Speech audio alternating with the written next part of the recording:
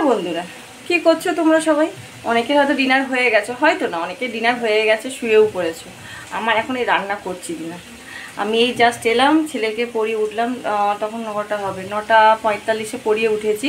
পড়িয়ে এসেই এখন রান্নাঘরে, আমার তো জানো তো সারাদিনই রান্নাঘরেই আমার কেটে যায়। রান্নাঘরে কি রান্না করছি আজকে হবে ডিম দিয়ে সজনে ডাঁটা যে ছাড়িয়ে রেখেছি, সজনে ডাঁটা দিয়ে ডিম দিয়ে আর এই আলুটা ভেজে রেখেছি দিয়ে ঝোল করবো, ঠিক আছে। আর ডাল করতে ভুলে গেছি, অথচ পটল ভেজেছি। বুঝলি, রাত্রে খাবার তো খেয়ে নেবে। আর এটা দেখছো না আলু পটল ভাজা, এটা আলু পটল কালকের জন্য করবো বলেই ভেজে রেখেছি, কিছুটা কাজ এগিয়ে রাখলাম, ঠিক আছে। এই যে তার জন্য এটা কাঁচা লঙ্কা টমেটো আমি কেটে রেখে দিয়েছি। আর এটা হবে পেঁয়াজ আদা রসুন দিয়ে, ঠিক আছে, ডিম দিয়ে আলু দিয়ে ডাঁটা দিয়ে ঝোলটা। এই যে আদা রসুন পেস্ট একটাই ছিল, আর নেই, এবার আনতে হবে। আর একটু কড়াই আমি দেখো পেঁয়াজ কাঁচা লঙ্কা গোটা জিরে দিয়েছি, একটু তেল বেশি করে দিয়েছি, আলুর সঙ্গে খাবে না।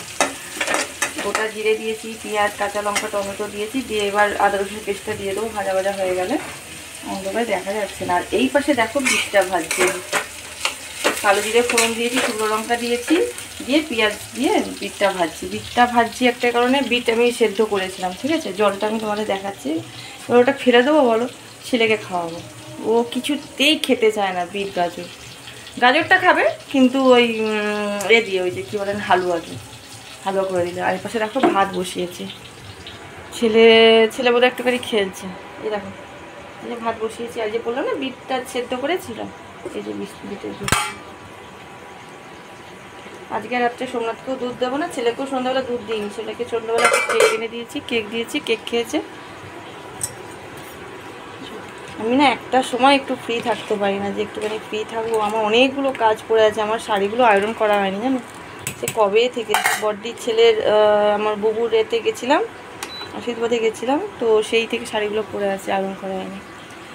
আমার যেটা বলার, একজন আমাকে কমেন্ট করেছে তুমি যা পাচ্ছ তাই দিয়ে যাচ্ছ সোশ্যাল মিডিয়া। আমি জানি না আমি কি যা পাচ্ছি দিয়ে যাচ্ছি। আমি তো এটাই করি, সকালবেলা উঠে তোমাদের গুড মর্নিং উইশ করি, আমি আমার হাজব্যান্ডের জন্য বা আমার ছেলের জন্য যা যা টিফিন করি সেটা তোমাদের কাছে শেয়ার করি। মার্কেটে গেলে কি কি সবজি এনেছি, মানে এইগুলোই তো। আমরা ছোট ব্লগ করি বা বড় ব্লগ করি, আমরা তো ব্লগ মানে তো এইগুলোই না। আমার মানে সারাদিন আমার লাইফস্টাইলটা তোমাদের কাছে আমি শেয়ার করি। তবু তো আমি অনেক কিছু করি না, যেমন পুজো দিচ্ছি সেটা শেয়ার করছি, ছেলেকে নিয়ে স্কুলে যাচ্ছি সেটা শেয়ার করছি। উনি প্রায় এর আগেও অনেক বাজে বাজে কমেন্ট করেছে। আমি বারবার বলেছি যে এরকম কমেন্ট বক্সে এসে করবেন না। আমি জানি না আমার বলাটা ঠিক হচ্ছে কি না, কিন্তু ওনার ঠিক নয়। আমি ওই জন্য এত রাত্রে ক্যামেরাটা অন করে, মোবাইলটা অন করে তোমাদের সঙ্গে কথা বললাম। এগুলো ভালো লাগে বলো বারবার শুনতে? উনি এর আগেও অনেক রকমভাবে বলেছেন। আজকে আমি এই জাস্ট একটু আগে বসে ছেলেকে পড়াচ্ছিলাম, আর কমেন্ট বক্সগুলোকে চেক করছিলাম। সবাইকে তো একটুখানি ভালোবাসা দিতে হয় না, আমাকে যেমন সবাই দেয় সবাইকে তো দিতে হয়।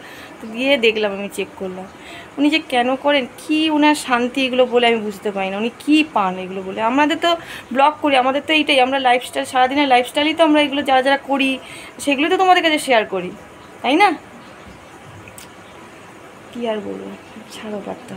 মাথাটা গরম হয়ে যায় মাঝে মাঝে। আমরা এত কষ্ট করে করি, তারপরেও যদি এত সুন্দর সুন্দর কথা শুনতে ভালো লাগে বলো? যা বাদ, আমি এখনই ব্লগটা ছেড়ে দিচ্ছি, রান্নাটা করি। তো সোমনাথ বোধহয় ট্রেনে উঠে গেছে বোধহয়। ও নামতে নামতে ধরো না 10টা 40 এরকম হয়ে যাবে। তো চলো, তোমরা ভালো থেকো, সুস্থ থেকো। আবার কালকে তোমাদের সঙ্গে কথা বলছি, কেমন? Good night, tata. মুখে বলে দিলাম গুড নাইট, কিন্তু এখনও বাকি আছে অনেক কথা। টাটা, ভালো থেকো।